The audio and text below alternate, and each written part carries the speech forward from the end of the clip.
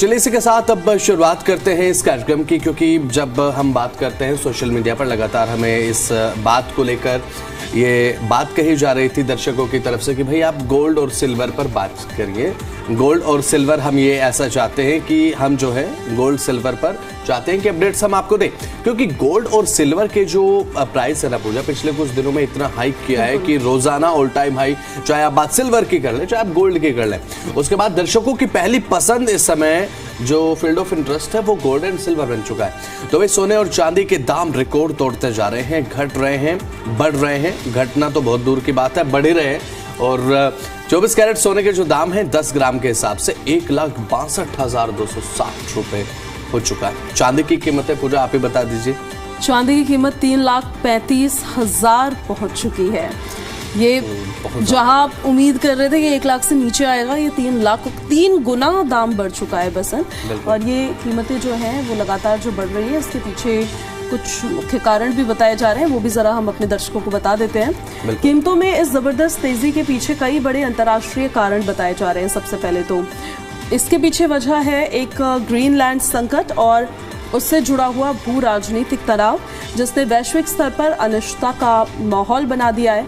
जब भी युद्ध या बड़े टकराव की आशंका बढ़ती है, निवेशक शेयर बाजार जैसे जोखिम वाले निवेश से पैसा निकालकर सोने जैसे सुरक्षित विकल्पों की ओर रुख करते हैं। और इसी को सेफ हेवन डिमांड कहा जाता है। और साथ ही साथ बात अगर करें, अब सोने की कीमतों को एक मजबूत सहारा मिल चुका है इस चीज़ का।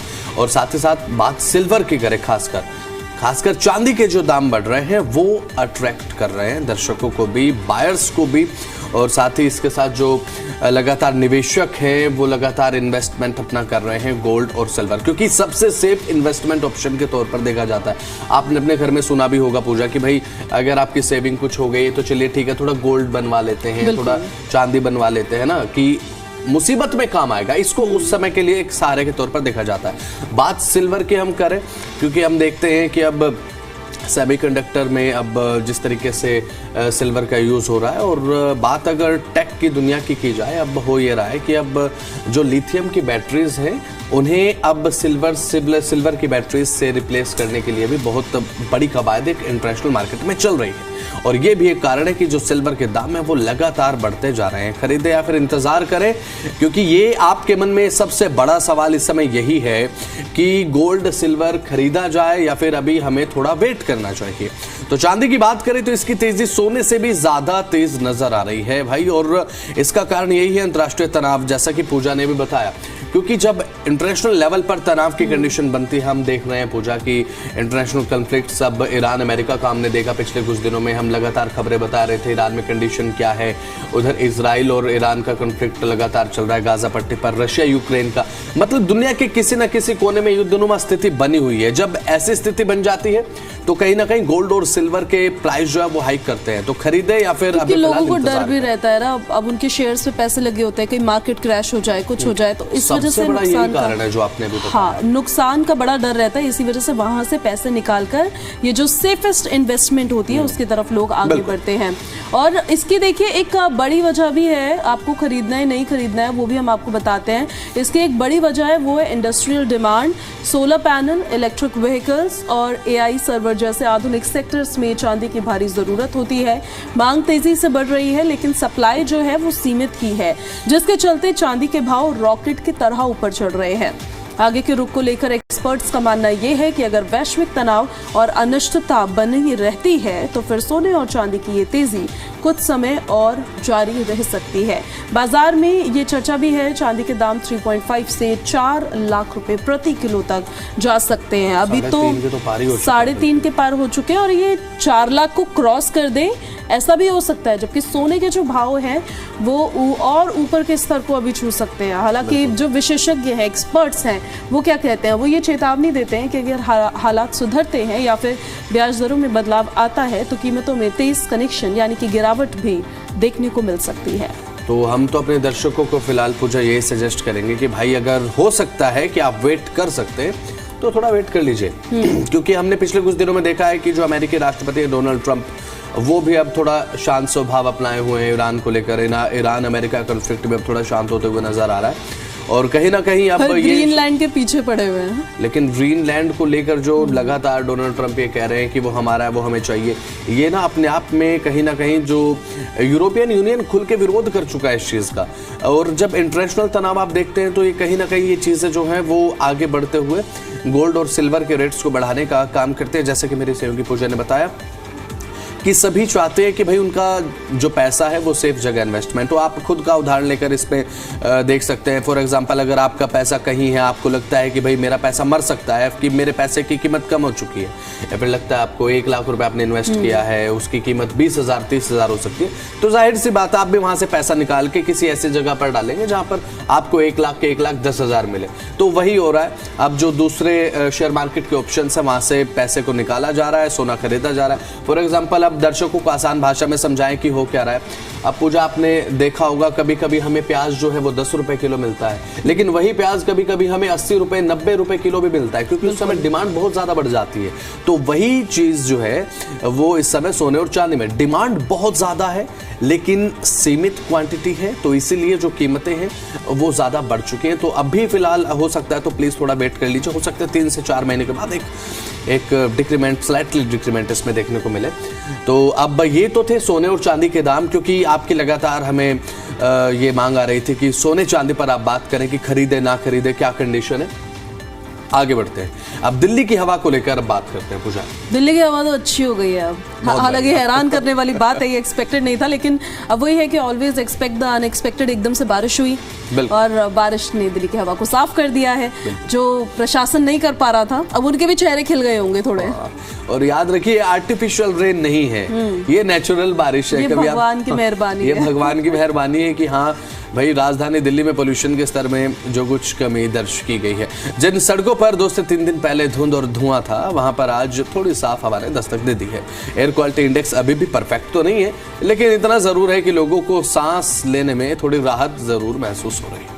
मॉर्निंग वॉक करने वाले हो या फिर ऑफिस जाने वाले हो, सभी के चेहरे पर हल्की सी मुस्कान दिख रही है। विशेषज्ञ मानते हैं कि मौसम नियंत्रण उपाय और लोगों की जागरूकता इसका कारण हो सकते हैं। हालांकि चुनौती अभी भी बाकी है। ज़रूरत है कि इस सुधार को स्थायी बनाया जाए ताकि दिल्ली की हवा खराब ना हो।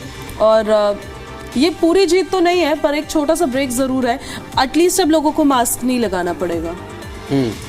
लेकिन मुझे लगता है कि ये ना, जैसा कि आपने भी बहुत ठीक कहा कि ये एक मतलब पूरी जीत नहीं है। हाँ। अब फिलहाल हमें सावधानियां जो हैं वो बरतनी होंगी। अगर हमने फिर से लापरवाही की तो पोल्यूशन वापस कहेगा मैं लौट के आऊँगा।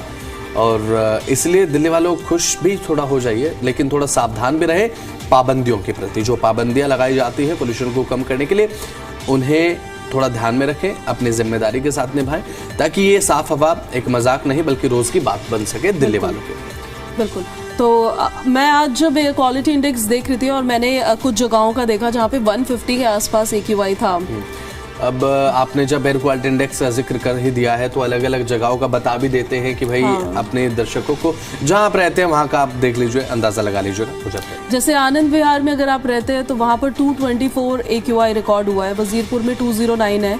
और ये भले ही 200 के पार है, लेकिन ये वो एरियाज है जहाँ पर 300-400 पहुंचा रहता था भाई। और वहाँ और यहाँ पर ज्यादा AQI होता भी इसलिए आनंद विहार ISBT की तरफ, क्योंकि बहुत ज्यादा इंटरस्टेट बसेस आती है। सुबह सुबह जब लोग निकलते थे, से 3 दिन पहले एक क्वेश्चन होता था कि भी मास्क लगाएं या फिर विजिबिलिटी के लिए हम चश्मा लगाएं, दोनों चीजों में से क्या लगाया जाए।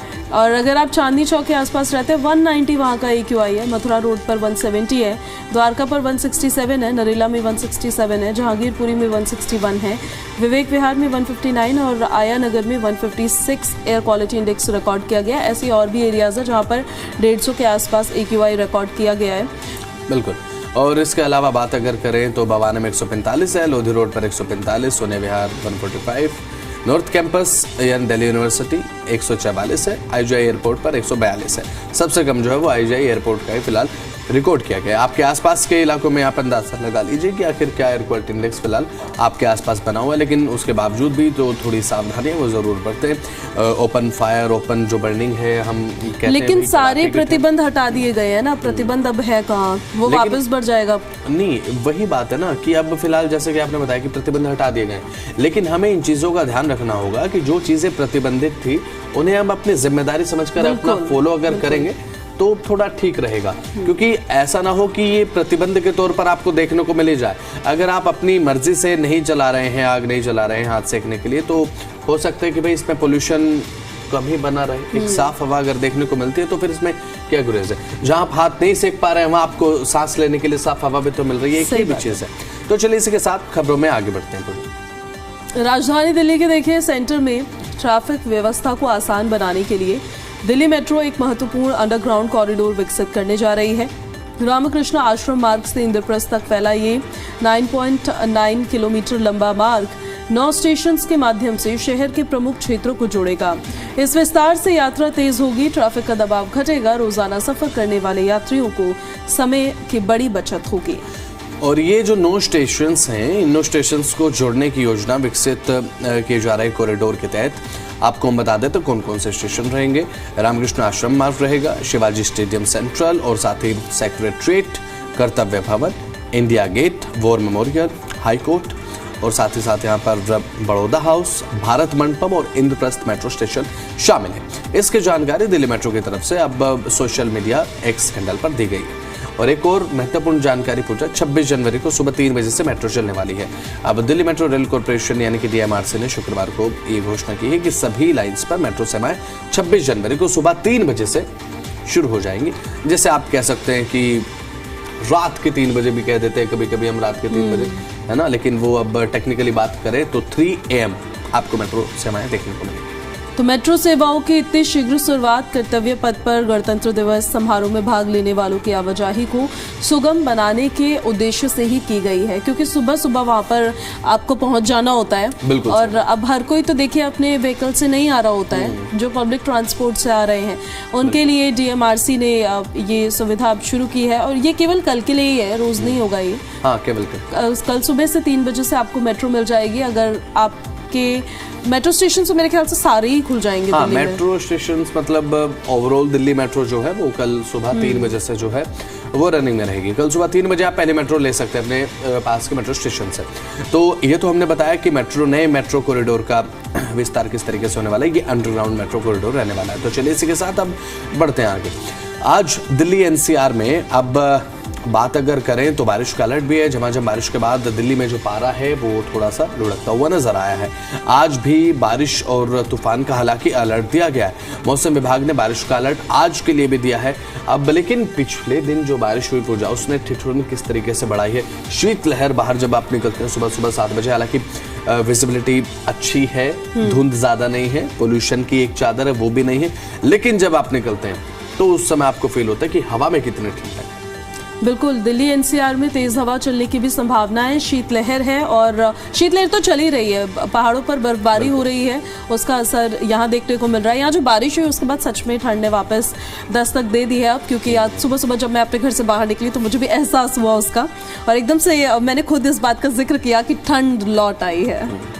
तो अब ये क्योंकि जाती हुई ठंड है और ठंड के कुछ आखिरी दिन चल रहे हैं, तो अब ये कहा जाता है कि भाई जाती हुई ठंड बहुत परेशान करती है, बीमार करती है। तो प्लीज़ अपना ध्यान रखें, गर्म कपड़े ज़रूर पहन कर रखें, लापरवाही न करें। कहीं बीमार हो गए तो फिर हो सकता है कि दवाई आपको लेनी पड़े, हॉस्पिटल जाना पड़े, इसलिए अपना बहुत ज़्यादा ख्याल रखें। ये मौसम कुछ ऐसा है, मौसम जब चेंजमेंट की तरफ बढ़ता है तो अक्सर तबीयत पर इसका असर देखने को मिल जाता है। तो चलिए इसी के साथ अब आगे बढ़ते हैं। UGR और बूस्टर पंपिंग स्टेशन के वार्षिक फ्लशिंग कार्यक्रम के चलते राजधानी दिल्ली के कई इलाकों में जो जल संकट की स्थिति है वो आने वाले 2 से 3 दिन के हिसाब से देखने को मिल सकती है। 27 और 28 जनवरी 2026 को जल आपूर्ति प्रभावित रहने वाली है। तो जल बोर्ड की ओर से दरअसल इसको लेकर अलर्ट जारी किया गया है और उन्होंने जानकारी दी है कि पानी की सप्लाई आंशिक या फिर पूरी तरह से बाधित हो सकती है। ऐसे में लोगों से अपील ये है कि वो पहले से पर्याप्त पानी का भंडारण कर लें ताकि बिना पानी के ना रह जाएं आप। तो देखिए अब 27 जनवरी की अगर हम बात करें तो मुंडगा में, टीकरी में, बक्करवाला, द्वारका के कुछ सेक्टर्स और ओखला फेज 1 प्रभावित रहने वाले हैं। और 28 जनवरी को किशनगढ़, मेहरौली, मुनीरका, मोतीबाग, गुलमोहर पार्क और आसपास के क्षेत्रों में जलापूर्ति बाधित रहेगी। प्रशासन ने असुविधा के लिए खेद जताया है, लेकिन प्रशासन ने तो खेद जता दिया है, पर आपको पहले से पानी स्टोर करके रखना है, नहीं तो असुविधा आपके लिए सबसे ज्यादा बनने वाली है। तो चलिए इसी के साथ अब रुक करते हैं, पेट्रोल के दाम हम बता देते हैं, क्योंकि गोल्ड और सिल्वर हम ऑलरेडी डिस्कस कर चुके हैं।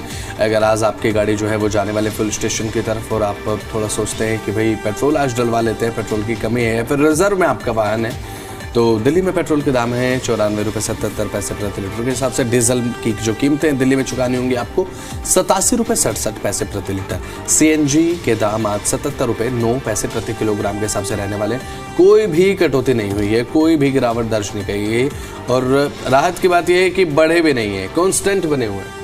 बिल्कुल। और नोएडा में अगर आप पेट्रोल डीजल भरवाने वाले हैं तो नोएडा में पेट्रोल 94.87 पर लीटर मिलेगा आपको, डीजल 88.00 पर लीटर मिलेगा, CNG की कीमत 85.70 पर किलोग्राम के हिसाब से मिलेगी। गुरुग्राम में पेट्रोल की कीमत है आज 95.65 पर लीटर, डीजल की कीमत है लगभग 88.10 पर लीटर और CNG के दाम 82.12 पर किलोग्राम। तो हमने तमाम जो खबरें हैं वो आपको बताई, आपके इंटरेस्ट की खबरें और आपसे जुड़ी हुई खबरें, और इसमें आप भी हमारे साथ जुड़ सकते हैं, अपनी समस्याएं हम तक पहुंचा सकते हैं। आप अपनी समस्याएं ट्विटर, इंस्टाग्राम के माध्यम से हम तक पहुंचा सकते हैं। बात अगर करें दिल्ली वाला रेडियो टीवी, हैशटैग दिल्ली वाला रेडियो टीवी के हिसाब से आप हमें टैग कर सकते हैं, और @पूजा खंडूरी और बसंत शर्मा 006 के हिसाब से आप हमें X पर भी भेज सकते हैं अपना टॉपिक, जो आप कहेंगे हम उसे डिस्कस ज़रूर करेंगे।